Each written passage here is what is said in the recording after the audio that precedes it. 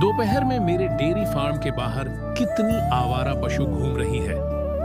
राधे राधे दोस्तों, आज मुझे डेयरी फार्म स्टार्ट किया 1 साल से ज्यादा हो गया है।